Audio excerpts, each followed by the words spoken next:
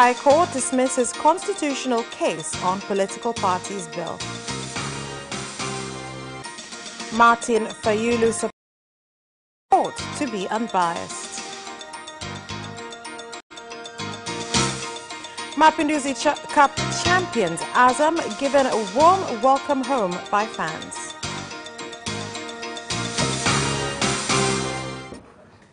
Good evening. This is Capital News at 9:30. My name is Vanessa Victor. Let's get started with the national news. The High Court of Tanzania has dismissed a constitutional case in which the leader of ACT Wazalendo Party, Zitto Kabwe, as well as his two fellow plaintiffs representing 10 opposition political parties, had been appealing against the second reading in the House for a bill to amend the political parties bill. A short time after the dismissal, Zitto Kabwe and his fellow plaintiffs said that they have instructed their lawyers to open another case today as the law specifies. The case, which is number 31 of 2018, which was dismissed, had been opened by Zitto Kabwe and his fellow plaintiffs, who are Joran Bashange and Salum Bimani. Incidentally, both Mr. Bashange and Bimani are members of the Civic United Front CUP from the camp of the party's Secretary General, Malim Saif Sharif Hamad. The verdict to dismiss the case Judge Benayo Masood was one of a panel of 3 judges who had been listening to the case after the judge had agreed with 2 out of 10 counter appeals which were presented by state prosecutors. That the High Court's jurisdiction cannot interfere with the Parliament's jurisdiction in the debate of its issues, and also that the plaintiffs had filed their appeal without taking oaths, as well as the claim that Zitto and his fellow plaintiffs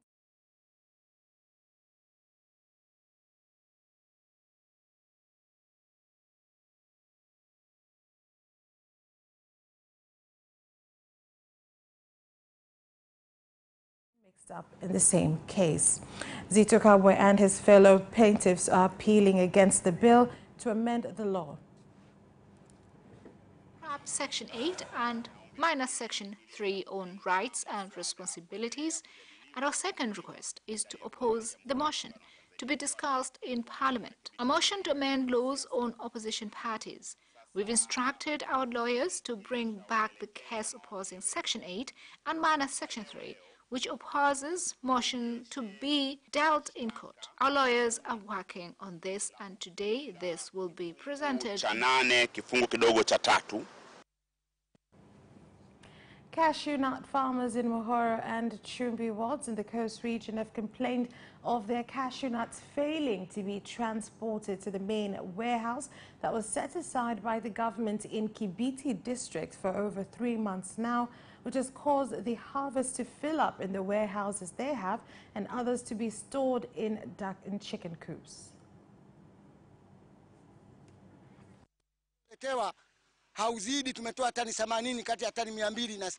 The transport provided is not sufficient. We have 80 tons ready out of 260 tons. Cashew nut is being spoiled because the warehouses are not up to standard. Our request is to have cashew nuts in store moved. The cashew nuts were stored in temporary warehouses. We had hoped that this was only for a short stay, so we can be paid. The cashew nut is getting spoiled, and we don't know when we will be paid. Sasa hatimaye tuna wasiwasi na mashaka makubwa. It is possible that the cashew nut will get spoiled, and some could even germinate. Our cry is to the government and the minister in charge to provide transportation so this cashew nut can be moved to proper storage. The residents of Siwesa ward in Mpanda Council, Tanganyika District, the Tavi region, have succeeded in building their own 6 classrooms, 2 laboratory rooms, a teacher's office, as well as 16 latrines. The construction, which cost them a total of 26 million shillings, was for a secondary school that will help take over 150 students who passed the Grade 7 national examinations but did not get placed to continue with Form 1. Our children were suffering so much. They had to go to another school, which was also far, at least 30 kilometers away. So it was very expensive in terms of transport. This was even more challenging for girls. Most stopped attending by Form 2. We're building classes for Standard 1 students for 2019, where officials have been given the responsibility of procuring timber for roofing. I will write a letter today to the Education Authority so this school can be allowed to start running while we finalize on pending issues.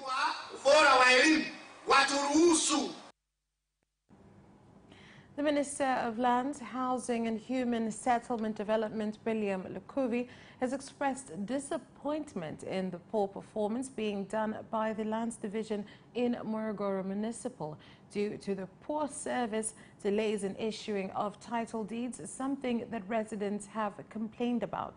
When speaking to land officers in the division after conducting a surprise visit at the offices, Mr. Lukuvi also personally inspected various areas of the division and discovered a backlog of cases.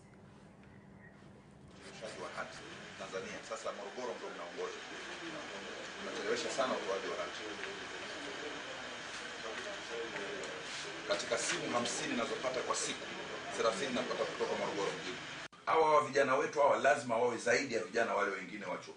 These young men must be better than those in university because they are here doing field work. Teach them about planning and survey so they can become competent. We want land that is not only planned but surveyed. We want experienced surveyors both in practical and theory. The police force in Songwe region have provided clarification on the incident recorded and disseminated online showing road safety officers fighting with a car driver and said that the officers were trying to subdue the driver as they would with other offenders. Some witnesses of the incident have had varying opinions, with some stating that the driver should have followed the officer's directive and others claiming that the drivers did not use the right methods to subdue the offender. Dereva alisimama na kuanza kutoa kauli mbaya. He was asked to stop by a traffic officer, which he did, but then he became abusive and took off. The traffic officers had a motorcycle, so one decided to chase after the vehicle to Makambini, whereby the driver stopped the vehicle, came out and started hitting the traffic officer. The driver refused to cooperate when he was asked to stop the vehicle. I would like to urge the police to look into this and change the way they operate.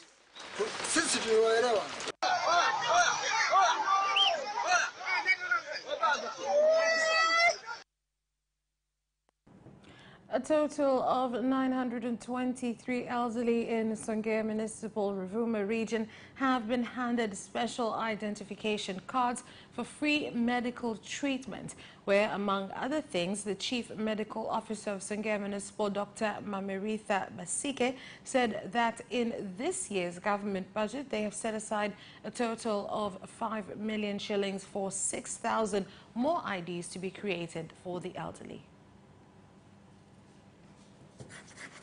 This will be a big help. In the past, we were not able to get medicine. Now, these cards will give us access to medicine. It was hard for old people as some are not able to buy medication. Songea District Council has identified 11,379, out of which 4,861 are men and 6,508 are women. We will set aside 5 million for 6,000 old people. Ambao tunakusudia kuwafikia wazee 6,000. Tunaendelea kuimarisha. We will keep improving on availability of medication so that you can have medicine whenever you visit a health center. We would like for you to access comprehensive medical care in whichever health center you visit. Zahanati yake apate huduma zote pale pale. Over 3,000 entrepreneurs have benefited from business identification cards, which were provided by the President of the United Republic of Tanzania, Dr. John Pombe Magufuli, to formalize the small-scale trader sector in the country. Nimeyasikia yote aliyosema chini juu ya TRA. Lakini lugha nazo ni jengo na watumishi. Ni lazima wote atafanya udanganyifu pia mmepomokewa pamoja na kunyang'anya vitambulisho hivyo. Anyone who will misuse this ID card will be made accountable.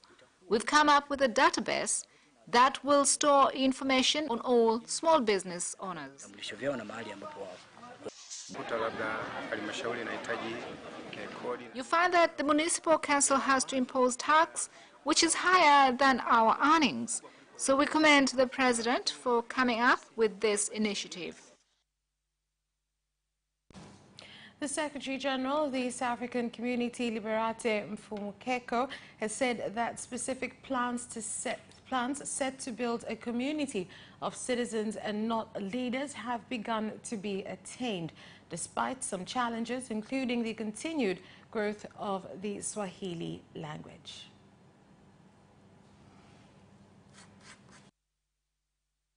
I would like to outline that 2 new projects are actually about to start. The first multinational road project will link Tanzania and Burundi through Nyakanazi, Kasulu, Rumonge, Bujumbura. EAC has recently mobilized over $340 million from the African Development Bank for construction of this road to be undertaken soon. The second road will link Tanzania and Rwanda through Lusahunga, Rusumo, Kayonza, and Kigali. The construction of these roads will not only interlink the region, but also ease the movement of persons and goods, as well as spur regional trade. I would like to respond to people's complaints regarding obstacles to cross-border trade. First of all, let me say that it is our aim to ensure that a citizen of one country can walk easily across the border in order to engage in trade in another country without any obstacles. Let me also add that we are determined to do away with such obstacles which are termed as non-tariff barriers. There is political goodwill from our leaders and presidents. One main challenge was to do with no tariff barriers. Our presidents have spoken about this and had asked officers to look into this so it can be removed. That's all for national news. International news is next.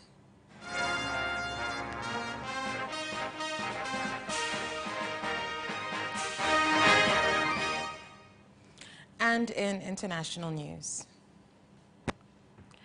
in the Democratic Republic of Congo, the DRC, supporters of Martin Fayulu, especially women, have asked the court in the DRC to run Fayulu's case fairly and without bias. We are supporting Martin Fayulu because we are the ones who chose him. We participated at the campaigns and elected him on the general elections. We are protesting the results because our vote cannot go in vain. We are determined to deal with everybody responsible. Changes has to be made. That is why we are asking for peaceful agreements. Since Martin Fayulu is angry with what happened and went to court, if he will not succeed in court, we are still urging him to have a peaceful dialogue with the counterpart.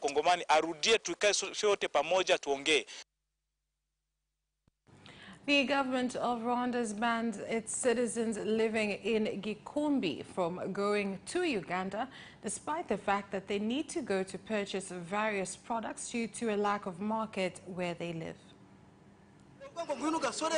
For example, when you come from Uganda with 10 kilograms of maize flour, you shall be forced to pay tax, where the tax is higher comparing to the value of money spent to buy the flour. In Rwanda, there are no markets. That is why we go to Uganda's markets. Please help us. Not everybody here is a trader. They should not confiscate our goods because most of us go to Uganda to purchase food. The Minister of Gender, Culture and Development in Uganda has asked the National Assembly to approve an increase in funds given to people living with disabilities, especially the albino. The government currently gives 2 billion shillings, which is equivalent to $535,841 but it cannot meet the needs of over 128 million people living with disabilities in the country. As the Minister of Gender, the ministry have set a very low budget of 2 billion shillings to cater for 12.8 million for people with disabilities. Currently, the ministry is working very closely with the Ministry of Education to ensure that special influences and special needs of these children becomes their priority. At least in every region, children with disabilities can know where to go to study in friendly environment for them. The police force in Burundi has caught a group of people that were defrauding citizens by using the names of high-ranking leaders such as the President, Speaker of Parliament, a Senate Council head, as well as other leaders. The first group is formed by 4 suspects that pretended to sell gold minerals. The second group used President's name on Facebook, others calling themselves a First Lady, others Parliament Speaker, others Head of Senators Council, and others using the name of the ruling party's chairman, lying to people. Finally, 3 Chinese nationals that were caught in Kenya last week and detained for 5 days have been taken to court in Nairobi and charged after being found in possession of what is believed to be dog meat, leopard skin and elephant tusks worth a total of 5.5 million Kenyan shillings. Suspects have denied the charges in front of Judge Francis Andai. The accused call on a court to keep the suspects in custody in order for them not to run away from the country. However, Judge Andai asked for the suspects to remain in custody until Tuesday, where discussions will continue whether they should remain in custody or not. Is all for international news. Do stay with us. We'll be back with business news after this break. Watch Business Edition as we talk to business leaders and experts in sectors that are transforming Tanzania's economy. To be rich, I have to be a business person. It's not an easy road at all. People need to understand. You must quickly think, how cost effective are you going to be?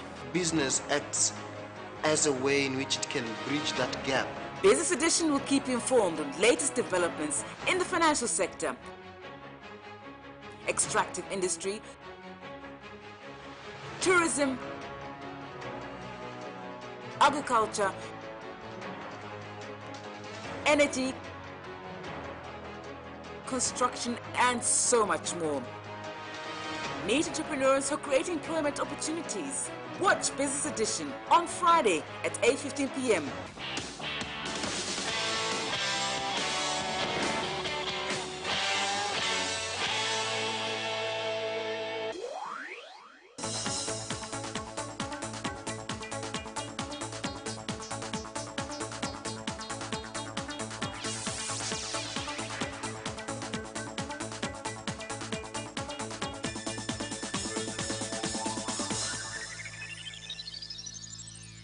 Welcome back and on to business news. Small-scale miners in Ruvuma have asked for the government to revoke mineral research licenses that are not dealt with, as small-scale miners have nowhere to mine while available areas are inaccessible due to these licenses. Maeneo mengi unaweza kukuta kuna piero zimezuia. In most areas, you will find barriers while those areas are not developed or even being researched. We want the government to intervene. Moto tunaomba serikali pia ifute hizo piero zisizofanyiwa kazi. Kampuni ya Akambas Mining Limited. Akambas Mining Limited is facing a challenge on villagers' understanding on the law of revenues that needs to be paid within the council. Sasa ofisi ya madini mkoa wa Ruvuma itakachokifanya. Ruvuma Regional Office is determined to verify areas with research licenses and write to the executive director to cancel the licenses because they do not adhere to our laws. The Central Bank BOT manager in the Directorate of Financial Sector Supervision, Nasor Omari, has said poor knowledge of analysis of risk indicators in providing loans has been contributing significantly to loans being given to people who do not have the qualifications required. Thus, more education needs to be given to employees in banking institutions.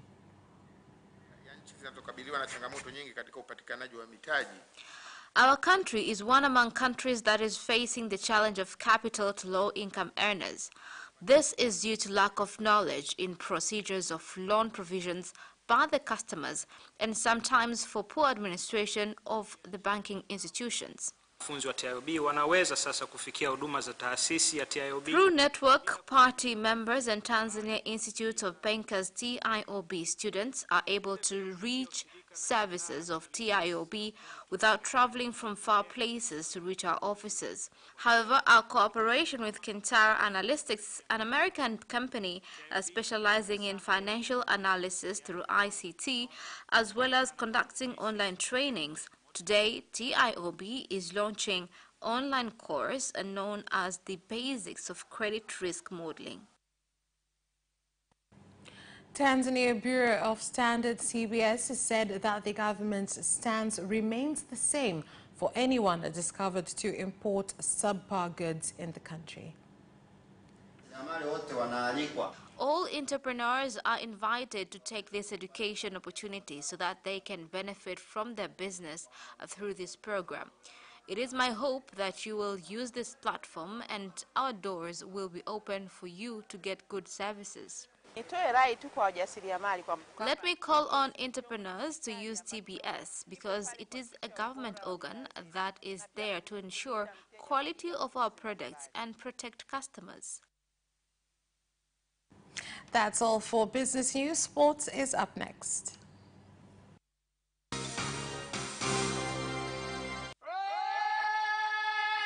Hi, my name is Kotaro Tokuda.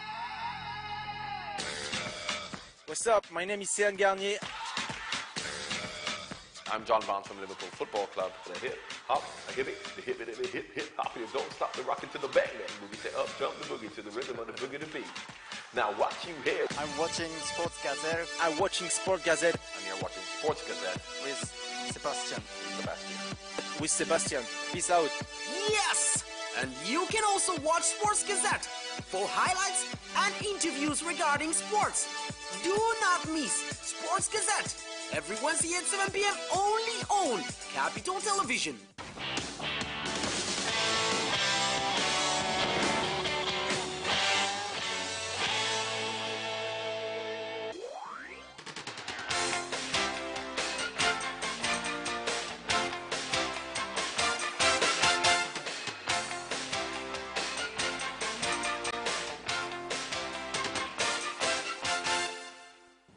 And on to sports.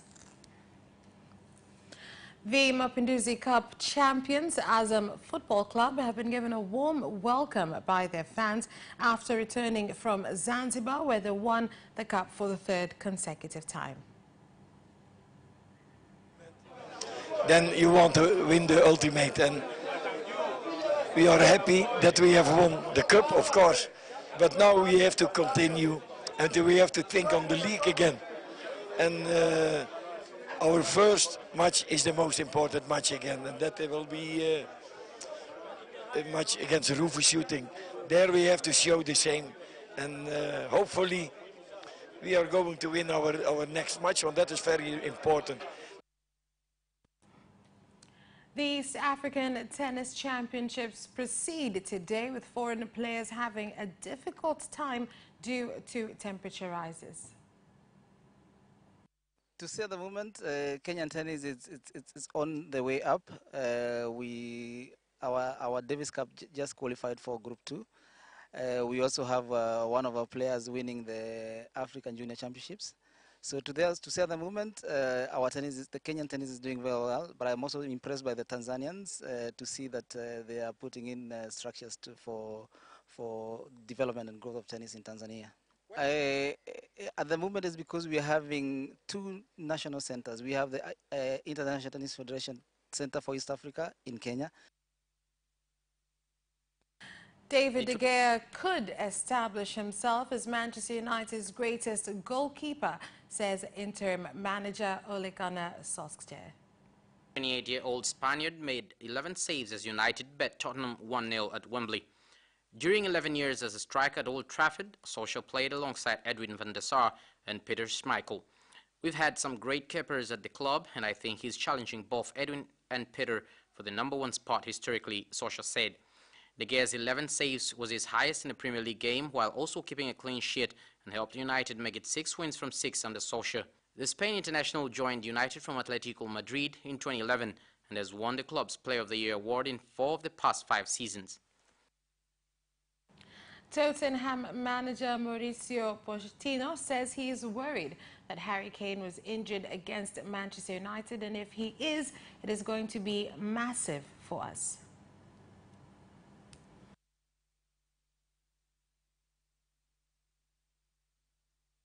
Kane had to be helped from the pitch at Wembley after being hurt in a last-minute challenge as United won 1-0.